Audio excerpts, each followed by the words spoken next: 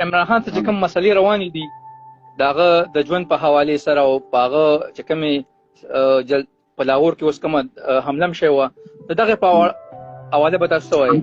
حمله ښه کار نه ده شوی. ولې په باندې حمله کوي؟ هغه د پاکستاني عوامو لیډر ده. هغه پاکستان ته نه تنها پاکستان ته بلکې انسانیت ته خدمت کړی ده. هغه د کینسر هسپتالونه جوړ کړي دي چې په هغه کې افغان، پنجابی، هندو، مسلمان د ټولو یو لیول باندې علاج کیږي. فری علاج هم کیږي، په پیسو باندې هم کیږي.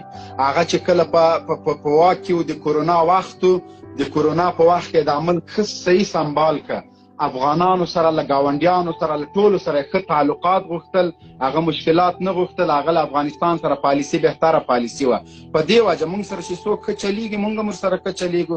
په ناټو باندې 6 میاشتې لاره بنده کړه، افغانان مه وژنه، امریکانو ته یې افغانانو باندې بمبار مه کوه، اډې مډې دې وړه. موږ دغسې سړی په کار ده وروره.